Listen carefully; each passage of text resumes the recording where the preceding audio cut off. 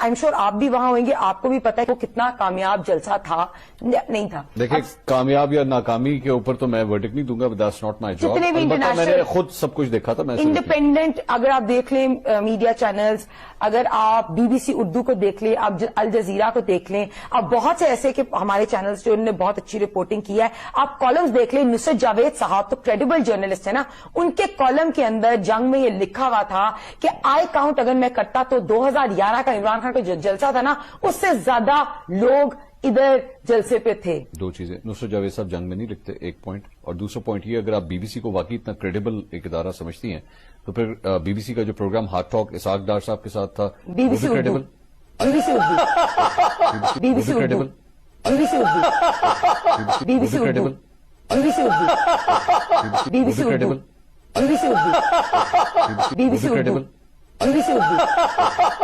मैं ये पहली बात है, मैंने बीबीसी इंग्लिश का कोई चैनल को क्रेडिबल या नॉन क्रेडिबल कहा भी नहीं। Kamal, we've been watching these protests grow, right? Well, that's one way of looking at it, although you must not forget that this is an alliance of 11 parties, and although they will be claiming that there are hundreds of thousands of people at today's rally, which they say is a referendum, we have not seen more crowd than 50, maximum 55,000 at the venue. So, of course, there will be tall claims from the opposition. One must not forget. इन मुद्दों की तकमील पर jail में अपने भाई शहबाज शरीफ को शाबाश देता हूं, दिल की गहराइयों से शाबाश देता हूं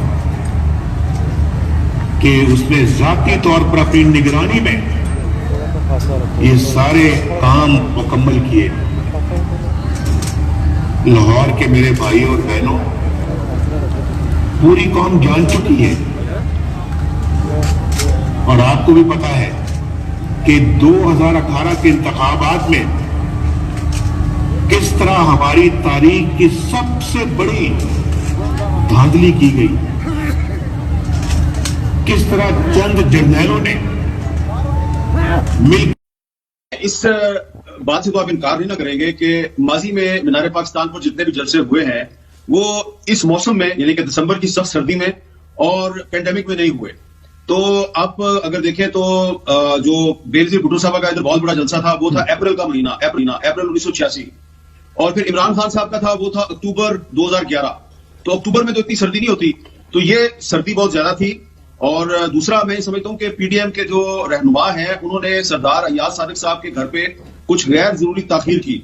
एक बात मैं जरूर कहूंगा कि जब अक्टूबर में गुजरांवाला में इनका पहला जलसा हुआ था तो उस वक्त मौसम कुछ ठीक था, तो वहां पर भी ये आपको याद होगा कि मैंने उस वक्त भी आपको ये बताया था कि पब्लिक जो है उसने आगे स्टेडियम भर दिया था, लेकिन लीडरशिप बहुत देर से आई।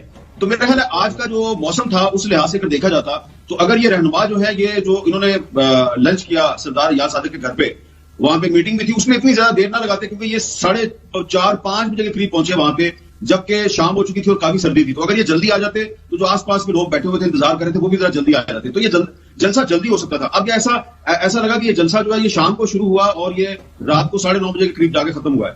तो टाइमिंग जो है मेरे ख्याल से वो लीडरशिप को इसका ख्याल करना चाहिए था, क्योंकि जो लोग आए इतनी दूर से भी आए, इवन अगर लाहौर से भी आए तो मौसम जो है वो काफी ठंडा है। और खुद मरियम नवाज शरीफ साहबा ने कहा कि जनाब मेरी तो कुल्फी जम गई है यहाँ पे, तो अगर उनकी कुल्फी जम गई है और उन्होंने इतनी गर्म जैकेट पहनी हुई थी तो बाकी लोग जो है उनका क्या हुआ होगा। तो मैं समझता हूँ कि ये इनको इस चीज का ख्याल करना चाहिए था।